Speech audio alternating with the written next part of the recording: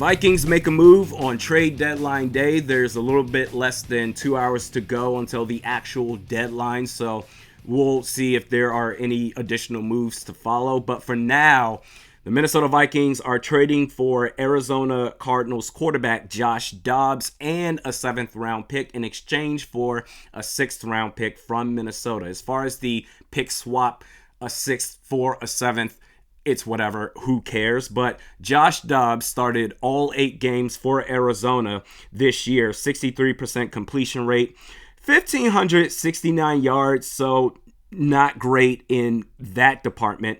8 touchdowns, 5 interceptions, that's not bad. They had a 1-7 record with him, but they were competitive.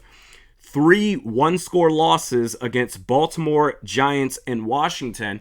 And what this tells me is that the Vikings, come hell or high water, in addition, this kind of piggybacks off of the report saying that it's very unlikely that the Vikings are going to trade Danielle Hunter. We'll see what happens.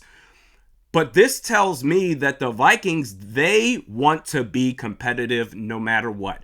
They've got a really good offensive line. They've got a solid defense. They have weapons. Perhaps Justin Jefferson can be healthy soon, coming off IR. They want to be competitive.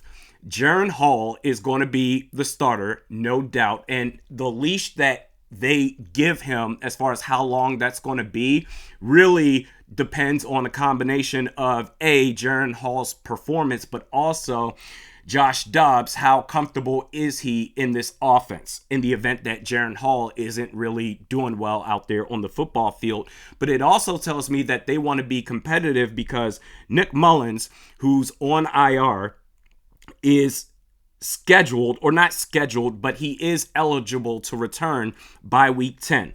But it's really uncertain on if he'll be ready. It's one thing to be eligible, but are you healthy enough to play? That's going to be different.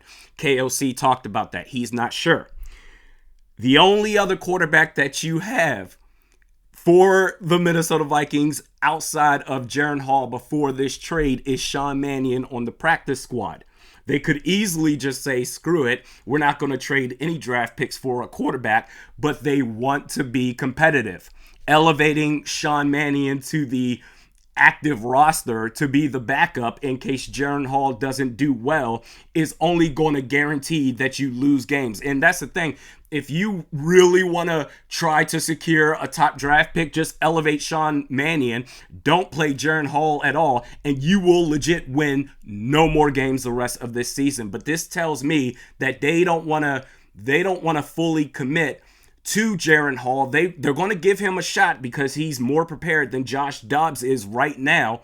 But they're giving themselves an insurance policy to say, no matter what, we're going to exhaust every resource possible to be as competitive as possible in 2023.